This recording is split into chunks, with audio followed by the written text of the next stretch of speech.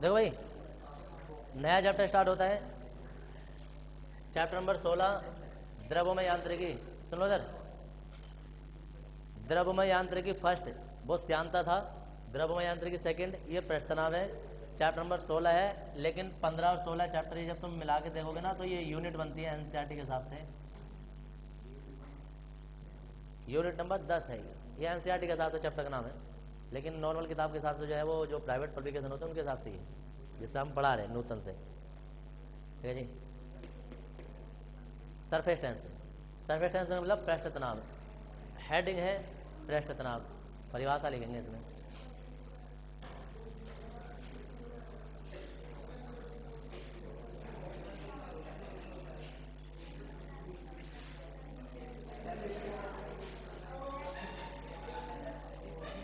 इसे लिखेंगे, अरे ओ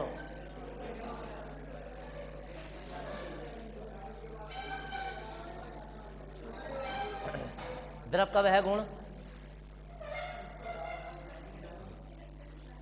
अब ये बाद में डालना है, हेडिंग हेडिंग डाल दो, हेडिंग की जगह भी छोड़ दो, हेडिंग लिखो उसमें लिखो जरा, बाद में पूरा कर देना ना। पृष्ठ तनाव में लिख रहे हैं हम, द्रव का वह गुण जिसके कारण द्रव का वह गुण जिसके कारण द्रव द्रव पृष्ठ पर, द्रव का वह गुण जिसके कारण द्रव पृष्ठ पर न्यूनतम, पृष्ठ पर न्यूनतम क्षेत्रफल घेरता है,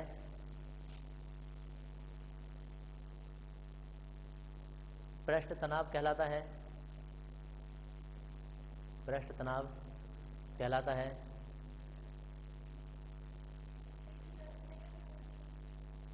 पृष्ठ क्या होता है, क्या होता है खटेरा, तो पृष्ठ कर दो यार।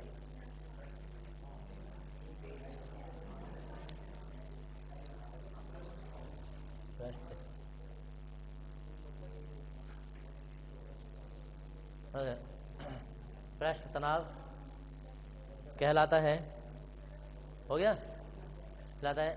इसे निम्नलिखित रूप से परिभाषित करते हैं, इसे निम्नलिखित रूप से परिभाषित करते हैं। अभी सिर्फ हमने उसके बारे में बताया है, परिभाषा तो अब आ रही है। अब देखो परिभाषा कहाँ से बना रहे हैं हम, यहाँ से।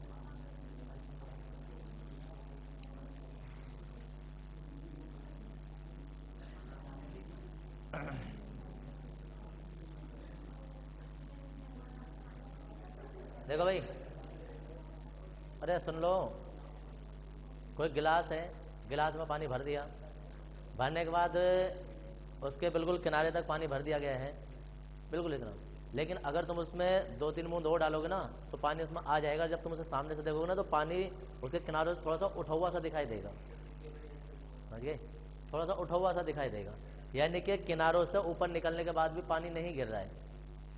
इस गुण को ही पृष्ठ तनाव कहते हैं। गुण का मतलब क्या है कि उसे कोई एक बल रोक रहा है, और जो बल रोक रहा होता है वो पृष्ठ तनाव होता है। इसे टी से प्रदर्शित करते हैं, सरफेस टेंशन, ऊपर का पृष्ठ तनाव जो अंदर की ओर बल लगाता है।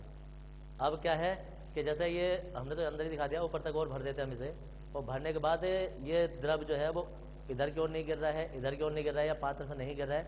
उसका कारण होता है कि पृष्ठ के अणु जो होते हैं ना वो अंदर की ओर बल कार्य करने लगता है उन पर, जिस कारण द्रव जो होता है ना वो बाहर नहीं गिरता है, हाँ अंदर की ओर को, ग्रेविटी के कारण अंदर की ओर कार्य करने लगता है, जिस कारण ये जो जल है या जल के अणु जो है ना वो बाहर नहीं निकल पाते हैं। इसी बल को पृष्ठ तनाव कहते हैं। क्या परिभाषा बनेगी कि किसी द्रव के पृष्ठ पर खींची गई काल्पनिक रेखा, यह रेखा भले से हमने दिखा दिया ब्लैक कलर में, लेकिन ये काल्पनिक रेखा है नहीं, तो किसी द्रव के पृष्ठ पर खींची गई काल्पनिक रेखा की प्रति एकांक लंबाई में, प्रति एकांक लंबाई मतलब एक लंबाई में कार्य करने वाले बल को पृष्ठ तनाव कहते हैं और इसे टी से प्रदर्शित करते हैं।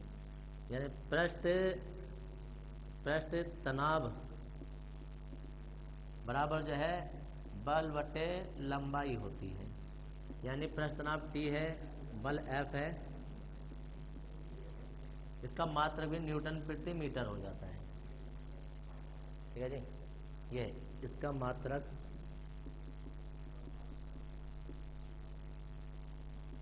न्यूटन प्रति मीटर या सीजीएस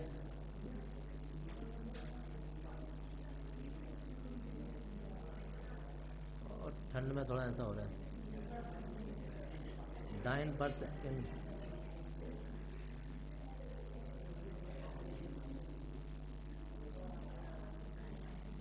देखो इधर पृष्ठ तनाव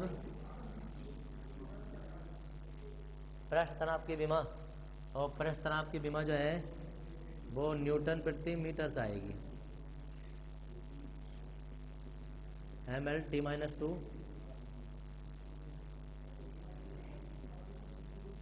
L से L कैंसिल हो जाएगा,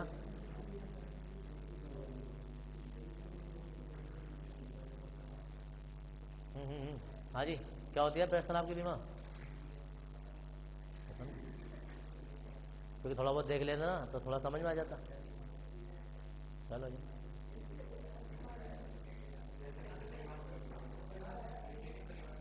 लिखेंगे नंबर उसमें नीचे लिखेंगे या निम्न के परिभाषित करते हैं। नंबर नहीं डालना, डायरेक्ट लिखना, मतलब ये नई लाइन से नंबर नहीं डालना, डायरेक्ट नई लाइन से लिखना है। किसी द्रव के पृष्ठ पर खींची गई काल्पनिक रेखा, किसी द्रव के पृष्ठ पर खींची गई काल्पनिक रेखा की प्रति एकांक लंबाई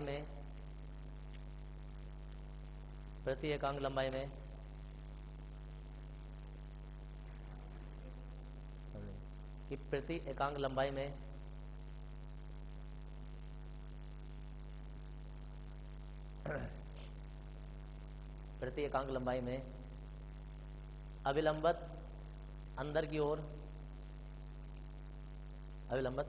कार्य करने वाले बल को पृष्ठ तनाव कहते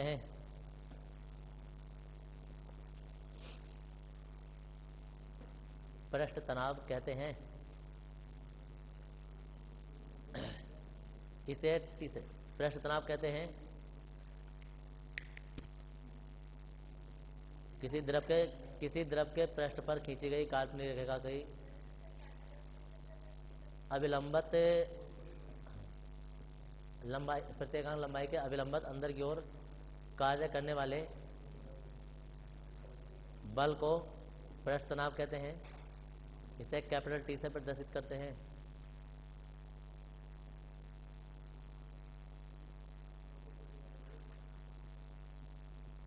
कार्य करने वाले बल को पृष्ठ तनाव कहते हैं, इसे कैपिटल टी से प्रदर्शित करते हैं। हाँ जी, इसे उतार लेंगे चित्र बना के।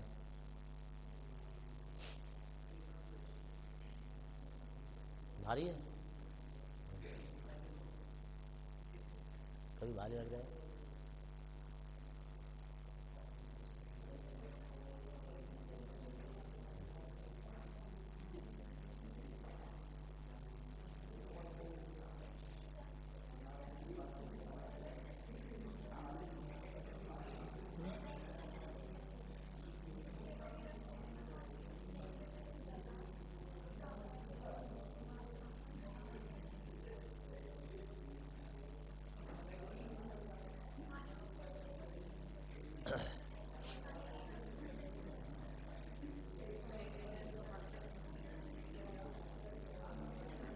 या सीजीएस मात्रक,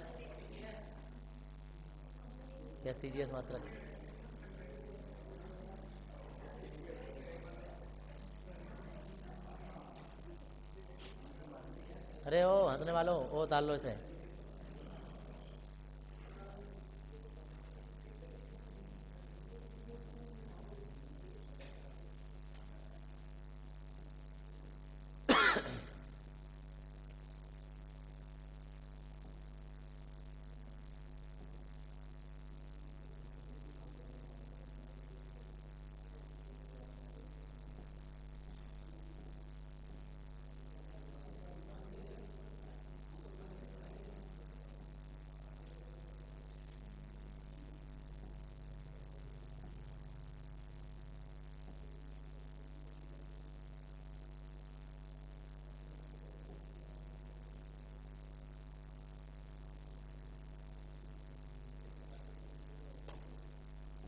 हाँ जी, CGS मात्रक।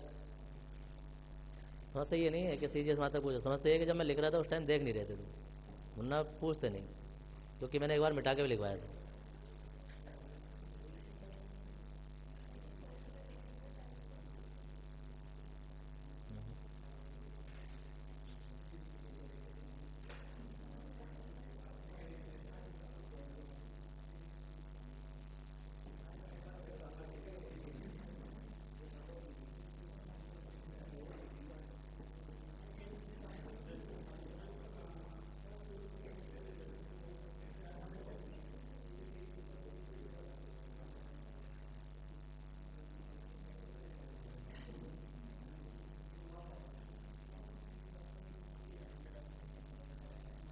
हेडिंग क्या डालनी है,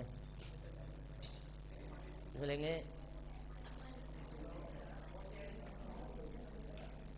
विभिन्न आकृतियों के लिए,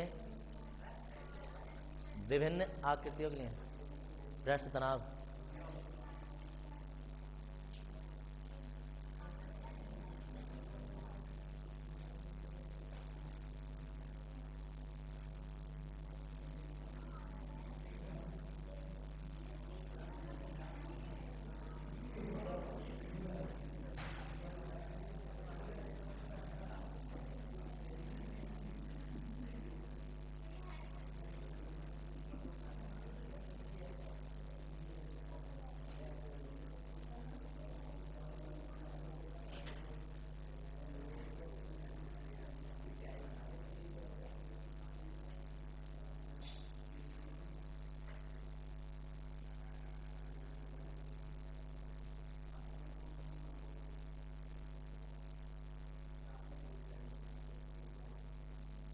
सही कर लो।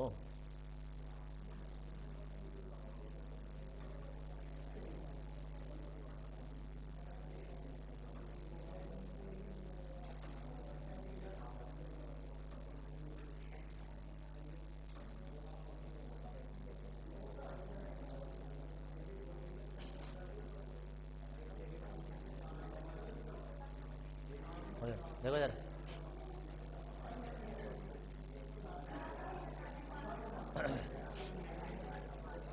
अब बोलो मत यार, देख लो जरा। देखो विभिन्न आकृतियों के लिए जब पृष्ठ तनाव हम निकालेंगे तो सबसे पहले आ जाता है तार। तार, कोई रोड, कोई छड़, तो जी ये तो करो खत्म।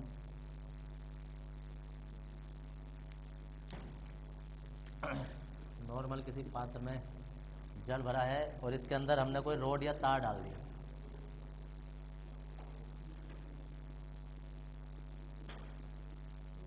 तो अगर इसकी L लंबाई है ना, L लंबाई है, तो इस पर इस साइड भी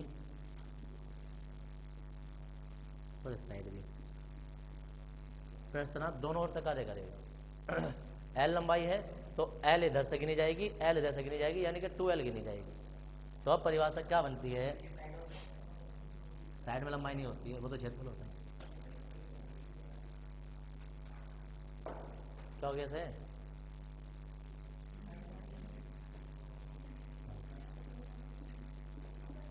माना L लंबाई का तार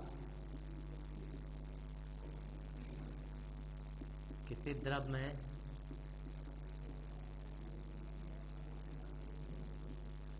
डुबाया जाता है, तब तार के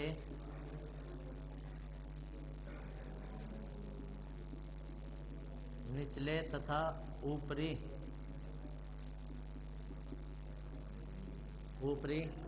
पृष्ठ दोनों पर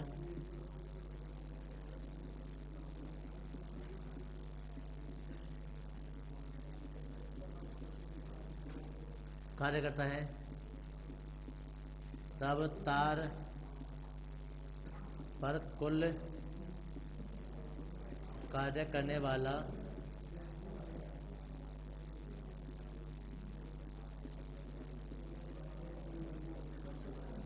F/L होता अबे चारों चले जाओ, ऐसे बेकार क्यों बनना चारों में रातों से, जाओ। ये बाप की जो बात समझ रखी हैं, इज्जत रास नहीं आती है, थोड़ी बहुत दो चार कौड़ी की इज्जत है। राजी में एक बार मना कर दिया तो भी नहीं मानने, जिन्हें क्या समझ रहे हैं यहाँ बैठ के।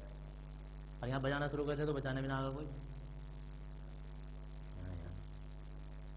आदमी है, जानवर है, जिन्हें क्या है यार, एक बार बता दो मना कर दो मानते नहीं। पता नहीं चलेगा चारों में से किसी को मैंने क्या लिखा है, लेकिन बस ऐसे ही टाइम पास कर रहे हैं। ठीक है, बाप की कमाई पे ऐश कर रहे हैं, बाप को भी नहीं पता होगा कि लौंडा क्या कर रहे हैं यहाँ के।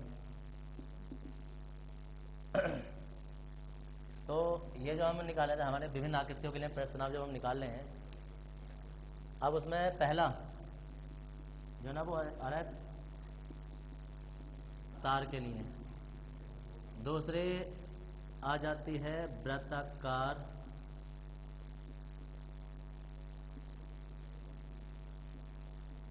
चला कह दो या वृत्ताकार रिंग कह सकते हो।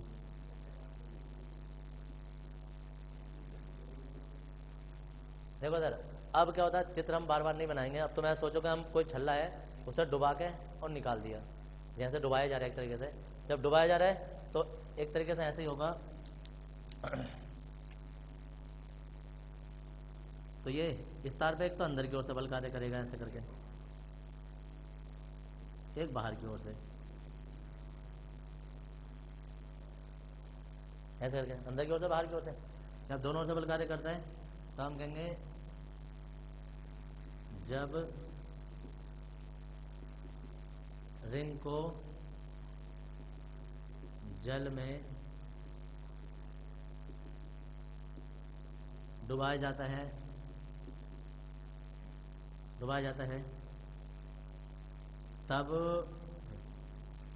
तब कुल तनाव और T बराबर F अपॉन, अब यहाँ आ जाती है द्रव की लंबाई, वो उसकी पूरे छल्ले की लंबाई, और छल्ले की लंबाई जो होगी ना वो 2 गुणा परिधि होगी इसकी। समझिए जी, अब 2 गुणा परिधि का मतलब है कि 2 गुणा 2πr। हो क्या रहा है ये कि इसकी एक परिधि जो है वो ऊपरी सिरे पर होती है और एक परिधि अंदर के सिरे पर होती है। डबल परिधि पर पृष्ठ तनाव कार्य करता है तो कुल पृष्ठ तनाव इतना हो जाता है। 4π भी कर सकते हो, वरना ऐसे ही रहने दो तो ये भी कम हो जाएगी।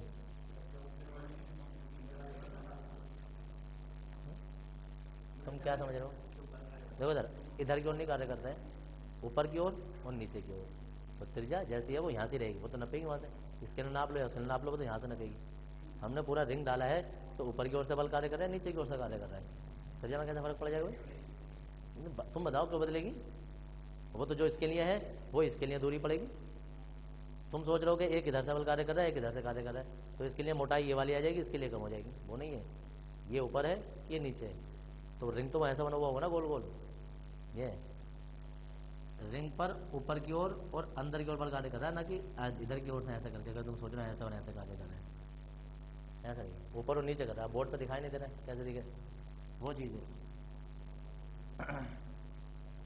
अब थर्ड स्थिति जो है वो थर्ड स्थिति तुम्हारी कुछ ये है कि आयताकार पटल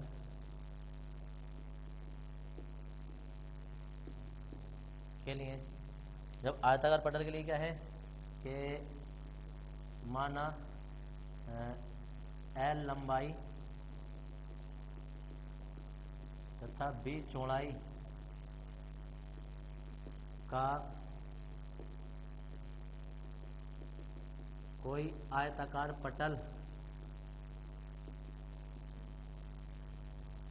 किसी जल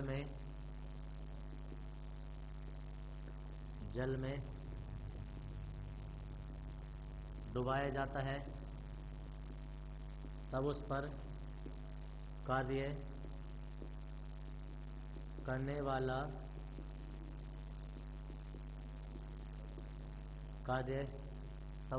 कार्य करने वाला कुल पृष्ठ तनाव T बराबर और जी F अपॉन 2 गुणा परिमाप आयत की लंबाई कैसे नापी जाती है? नीचे लंबाई आनी चाहिए जो भी चीज़ है, लेकिन जब जल में डुबाई जा रही है तो एक पृष्ठ उसका ऊपर का होगा, एक पृष्ठ नीचे का होगा, डबल गिनी जाएगी।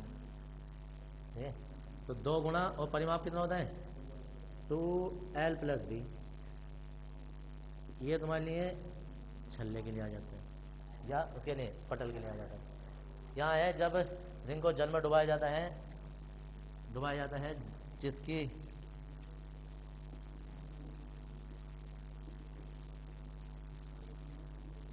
जिसकी त्रिज्या स्मॉल r है, तब कुल प्रश्नांक गोले की त्रिज्या होती है पृष्ठ क्षेत्र 4πr² होगा, तो वो निकल उतार देंगे, तो उस पर 4πr जो होगा r², वो उस पर डबल गिना जाएगा इतना। लेकिन गोलिया जो होगा ना ठोस होगा, उस पर डिपेंड करता है, ठोस होगा तो वो बार गिना जाएगा, अंदर में नहीं गिना जाएगा। ये पहला, दूसरा और तीसरा।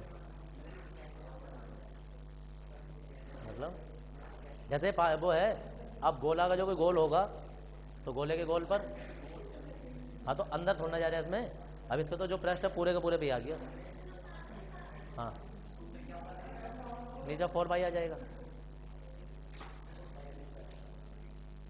पूरे पृष्ठ पर आ जाएगा। ये टोटल लंबाई आ जाएगी, पूरा क्षेत्रफल आ गया एक तरीके से।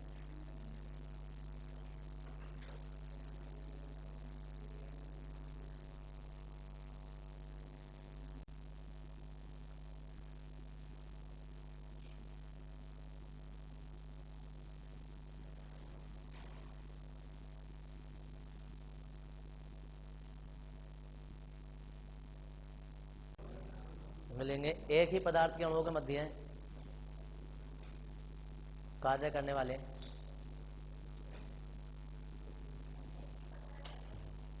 एक ही पदार्थ के अणुओं के मध्य कार्य करने वाले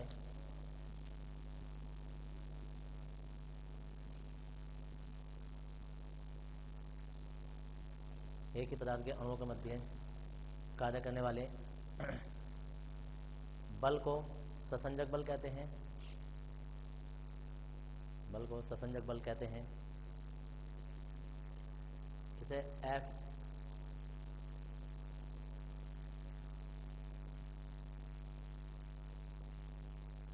Fs से प्रदर्शित करते हैं।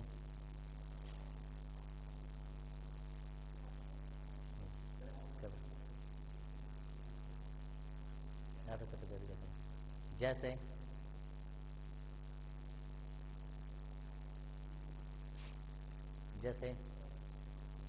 जल के अणुओं के मध्य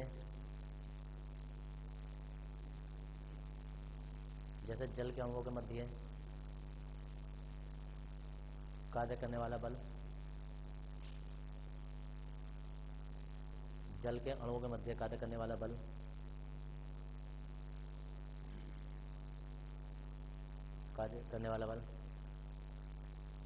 किसी ठोस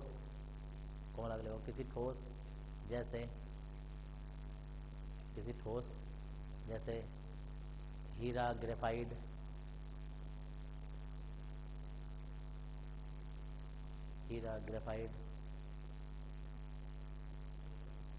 फास्फोरस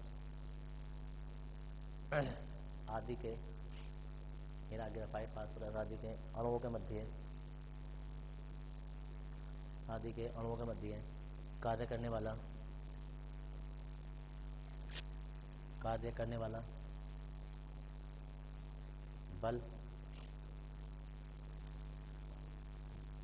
बल लेंगे बस बल आदि एंड डाल देंगे असंजक बल,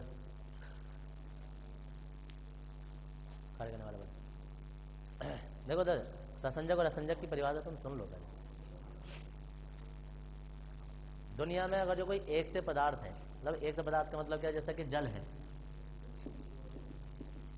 तो जल अपने अणुओं के रूप में होगा यहाँ, तो इन अणुओं के मध्य जो भी बल कार्य करेगा, एक से पदार्थों के मध्य एक सा पदार्थ होना चाहिए, उनके मध्य जो बल कार्य करेगा वो होता है ससंजक बल।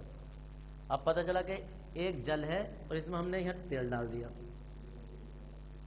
तो तेल के अणु ये होंगे, जल के अणु ये होंगे, तो अलग अलग पदार्थों के अणुओं के मध्य जो बल कार्य करता है वो कहलाता है असंजक बल। समझिए, असंजक। तो आसंजक जो होता है वो भिन्न भिन्न पदार्थ के अणुओं के मध्य करता है। जैसे कि तुम्हारे पास ये लकड़ी है, इसमें तुमने फेविकोल डाल दिया और इसमें फेविकोल डाल दिया, तो फेविकोल के अणु और लकड़ी के अणुओं के मध्य जो भी बल कार्य करता है वो कहलाता है असंजक बल, F A से दर्शाते हैं। और इनके मध्य लकड़ी के मध्य जो अणुओं के मध्य कार्य करेगा वो ससंजक होगा, इसके मध्य जो कार्य करेगा वो भी ससंजक होगा। हाँ। तो ससंजक बल एक ही पदार्थ के अणुओं के मध्य हो, चाहे वो फेविकोल के अणुओं के मध्य हो या लकड़ी के मध्य हो, लेकिन एक फेविकोल एक लकड़ी के अणुओं के मध्य जो बल लगेगा वो आसंजक बल लगता है, यानी कि भिन्न भिन्न पदार्थों के अणुओं के मध्य है। अब इनकी अपनी क्वालिटी होती है। अपनी क्वालिटी होने का मतलब क्या होता है कि अगर Fa का मान ज़्यादा है, Fa का मान ज़्यादा है तो वो वस्तु चिपक जाएंगी आपस में, और अगर Fa का मान कम रह गया, ससंजक बल का मान ज़्यादा रह गया, तो ये अपनी अलग भागेगी, सिकुड़ना चाहेगी, ये अपनी अलग सिकुड़ना चाहेगी, चिपकेंगे नहीं। अब इस बात को भी याद रखो कि दो चीज़ें अगर जो आपस में चिपक रही हैं या एक दूसरे के ऊपर रुक जा रही हैं तो उनके मध्य बल असंजक बल अधिक है, इसलिए वो चिपक रही हैं और रुक रही हैं। और पता चला कि वो इधर से उधर को बह जा रही हैं, रुक ही नहीं रही है, चिपक ही नहीं रही है, तो इसका मतलब उनके अणुओं के मध्य ससंजक बल का मान ज़्यादा है, असंजक बल का मान कम है। समझ रहे हैं? फेविकोल लकड़ी पर रुक रहा है, इसका मतलब फेविकोल लकड़ी पर रुक जाता है, इसका मतलब असंजक बल अधिक है, ससंजक बल का मान इनमें कम है, इसके भी और इसके भी। अब होता क्या अगर इनमें से किसी का मान भी अचानक में, जैसे तुम इसके ऊपर मरकरी डाल दो, मरकरी द्रव होता है, किसी उस पर डाल दो, मरकरी डाल दो इस पर, वो रुकेगी नहीं, इस पर न चिपकेगी। जब नहीं चिपकेगी तो इसका मतलब मरकरी के अणुओं के मध्य जो ससंजक बल है वो इन दोनों के असंजक बल से अधिक है, जिस कारण वो नहीं चिपक पा रही है। समझिए, यहाँ ससंजक बल का मान ऐसा सोचो, ससंजक बल अगर 50 है तो अगर इनके मध्य 51 दोनों में से किसी का भी हुआ तो ये नहीं चिपकेंगे। और अब इन दोनों मतलब कुछ भी दोनों के मध्य जो बल आ जाएगा कुल मिला के, अब इसमें ससंजक बल का मान जैसे 40 रह जाए, इसमें 40 रह जाए, असंजक बल 50 है, तो आराम से चिपक जाएंगे। समझ में आ रहा है क्या हो रहा है? तो असंजक बल जो होता है वो भिन्न भिन्न पदार्थों के मध्य लगता है, ससंजक बल समान पदार्थों के मध्य लगता है। असंजक बल की परिभाषा लिख रहे हैं, इसमें लिखेंगे, हेडिंग डाल दिया, डालो जल्दी हेडिंग डालो, नहीं डालो। देखो भिन्न भिन्न पदार्थों के अणुओं के मध्य, भिन्न भिन्न पदार्थों के अणुओं के मध्य कार्य करने वाले, भिन्न भिन्न पदार्थों के अणुओं के मध्य कार्य करने वाले, भिन्न भिन्न पदार्थों के अणुओं के मध्य कार्य करने वाले बल को असंजक बल कहते हैं, वाले बल को असंजक बल कहते हैं।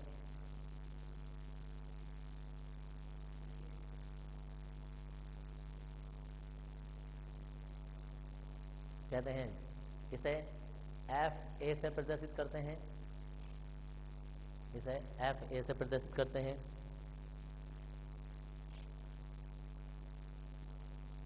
FA से प्रदर्शित करते हैं।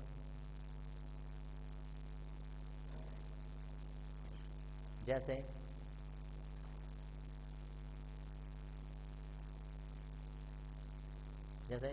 लकड़ी तथा फेविकोल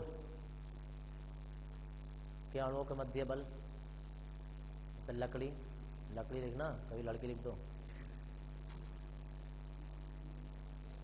और यार क्या फर्क होता है, लकड़ी तथा फेविकोल के अणुओं के मध्य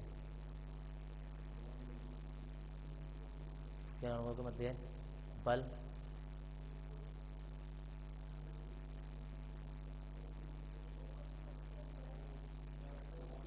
कोमा उसमें मैग्नेट बल कार्य करता है। तेल तथा जल के अणुओं के मध्य, अलग अलग पदार्थ कोई से भी बोल सकते हो तुम, तेल तथा जल के अणुओं के मध्य कार्य करने वाला बल आदि, कार्य करने वाला बल आदि।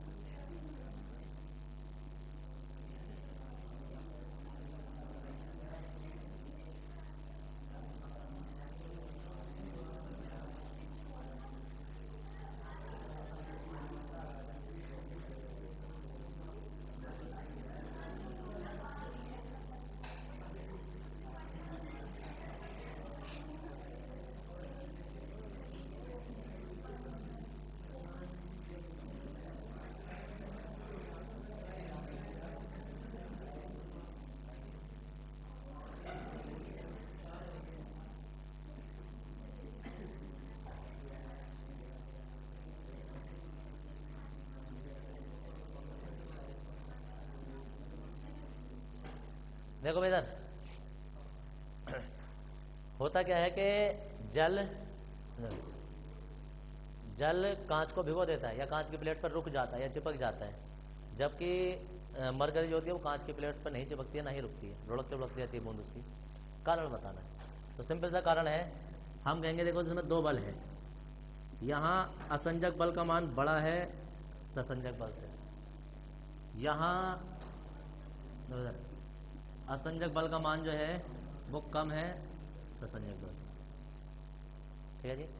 इस जैसे हजारों लाखों क्वेश्चन बन जाते हैं कि अगर हम जल के ऊपर तेल को डालें तो तेल तो फैल जाता है, समझिए, लेकिन अगर हम तेल के ऊपर जल को डालें ना तो वो बूंदें सिकुड़ जाती हैं, अलग अलग दिखाई देंगी, तेल के अंदर जल कहाँ कहाँ है, तो जल की बूंदें अलग अलग दिखाई देती हैं।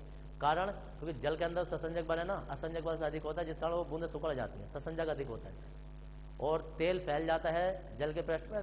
क्यों? क्योंकि वहाँ असंजक बल का मान ज़्यादा होता है, जिस कारण वो सब पर पूरी पूरी उस पर चिपक जाता है, एक तरीके से सारे के सारे पृष्ठ पर फैल जाता है तेल।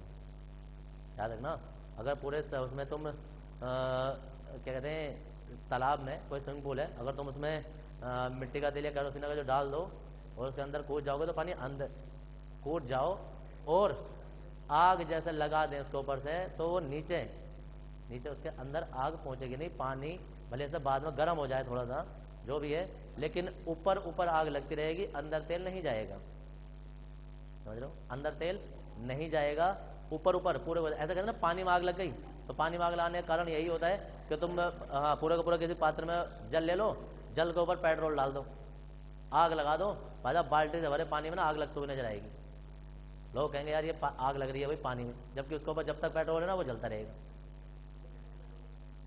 पेट्रोल खत्म, आग खत्म, पेट्रोल खत्म होने से तो कोई सी भी चीज ना चलती, गाड़ी हो या कुछ भी हो। घी या डीजल?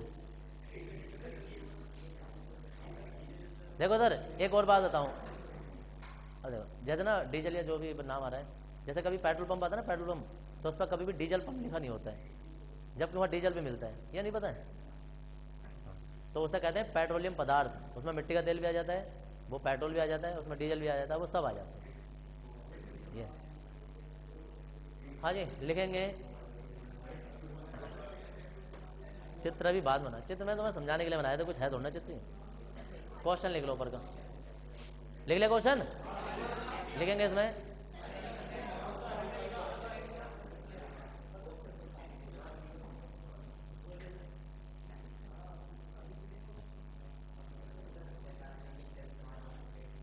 इसमें लेंगे जल तथा, किसका रह गया यार,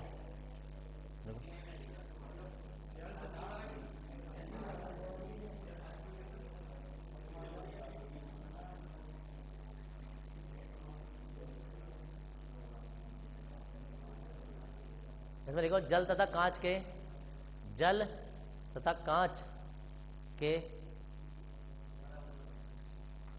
अरे हम तो 3 बार बोल देंगे, लिखने वाले तो हमें, जल तथा कांच के अणुओं के मध्य, जिसने लिख लिया वो आराम से चुपके से बैठे रहो, खाली तुम्हें थोड़ा लिखवा रहा हूँ। और बोलने की आदत जैसे होती है ना, बोर्ड में बड़ा नुकसान होता है, जो लिखते लिखते बोलता है, नोट लगाया जाता है एग्जामिनर। जल तथा कांच के अणुओं के मध्य कार्य करने वाला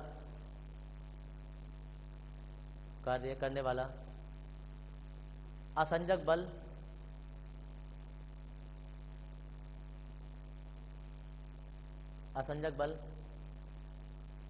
जल के असंजक बल जल के अणुओं के मध्य कार्य करने वाले, जल के अणुओं के मध्य कार्य करने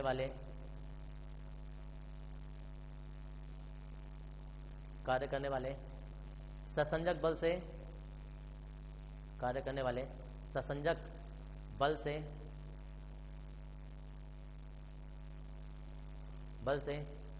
अधिक होता है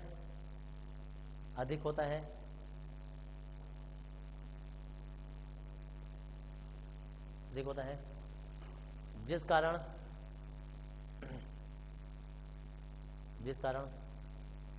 जल कांच को भिगो देता है, जिस कारण जल कांच को भिगो देता है।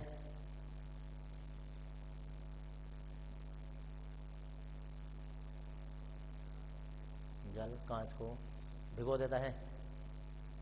भिगो दिया, लिखो फिर फुल स्टॉप आ गए। इसके विपरीत, इसके विपरीत जल तथा मरकरी, इसके विपरीत जल तथा मरकरी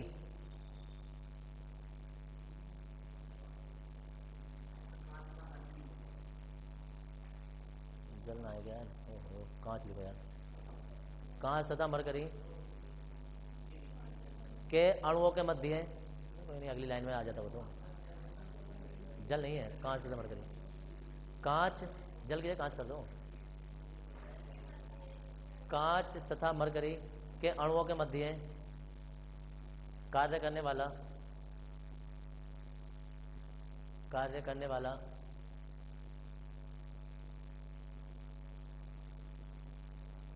कार्य करने वाला असंजक बल, असंजक बल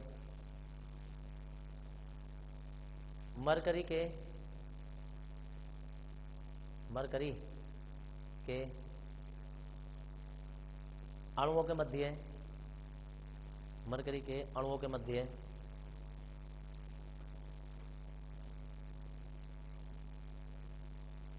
मरकरी के अणुओं के मध्य कार्य करने वाले, मरकरी के अणुओं के मध्य कार्य करने वाले ससंजक बल से कम होता है, कम होता है, बल से कम होता है, जिस कारण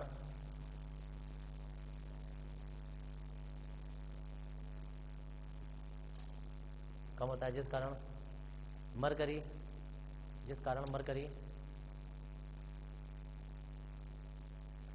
मरकरी कांच को नहीं भिगोती है।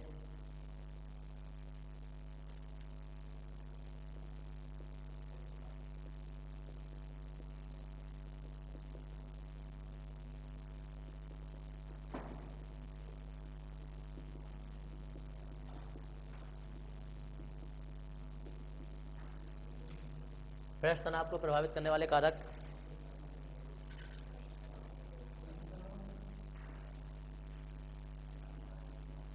तीन है, लिख लो। यह निम्नलिखित है।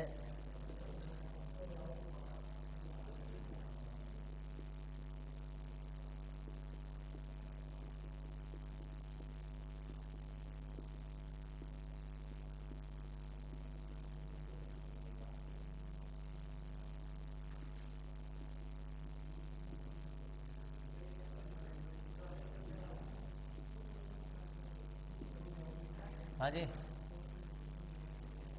प्रभावित करने वाले कारक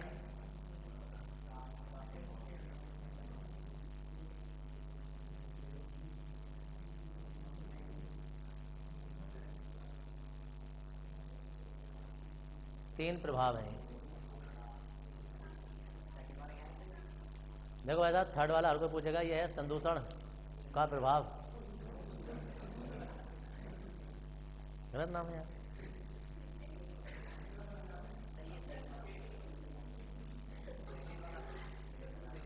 संदूषण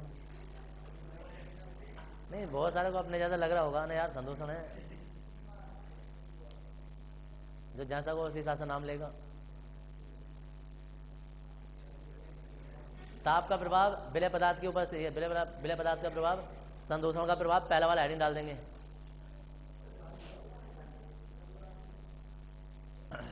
सबके तीनों के कारण घटती है, ये प्रश्न घटता है। देखो इधर, गर्म करने पर, देखो गर्म करने पर प्रश्नाभ घटता है, विलय पदार्थ डालने पर प्रश्नाभ घटता है। संदूषण, संदूषण पदार्थ क्या होते हैं? तेल, ग्रीस, तेल ग्रीस जितने भी ऑयल वगैरह होते हैं, अगर ये हम किसी द्रव्य में डाल देना तो भी प्रश्नाभ घटता है। तो हम कहेंगे संदूषण पदार्थ जैसे तेल, ग्रीस आदि की उपस्थिति से प्रश्नाभ घटता है। लिख लो तीनों, तीनों में घटता है,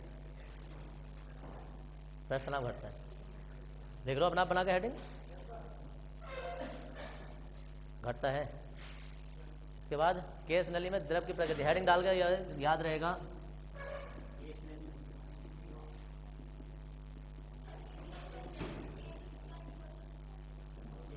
तेल ग्रीस,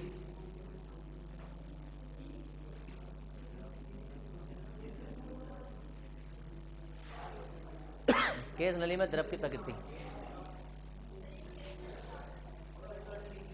केस नली उल्टा हो रहा है।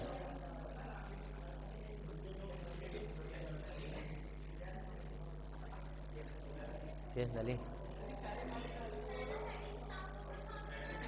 पहली बारी, ये तीनों तुम अपना बना कर लोगे, तीनों कर्ण घटता है। केस नली में द्रव की प्रकृति अब क्या लगे, केस नली तो है भी, क्यों हंस रहा हूँ भाई, बहुत होनर है वो तो मैं। हाँ ये बताओ, वो गर्म करने पर द्रव का पृष्ठ तनाव घटता है। दूसरा लिखोगे विलय पदार्थ डालने पर, विलय पदार्थ मतलब चीनी या कोई भी चीज ऐसे डालते हैं, विलय पदार्थ डालने पर पृष्ठ तनाव घटता है। संदूषण वाला जो है वो है संदूषण पदार्थ जैसे तेल ग्रीस की उपस्थिति से पृष्ठ तनाव घटता है। तीनों में घटता ही घटता है। हाँ उसके बाद फिर ये हेडिंग है केस नली में द्रव की प्रकृति। इतनी जल्दी हो गई, ये वाले तुम घर से करोगे।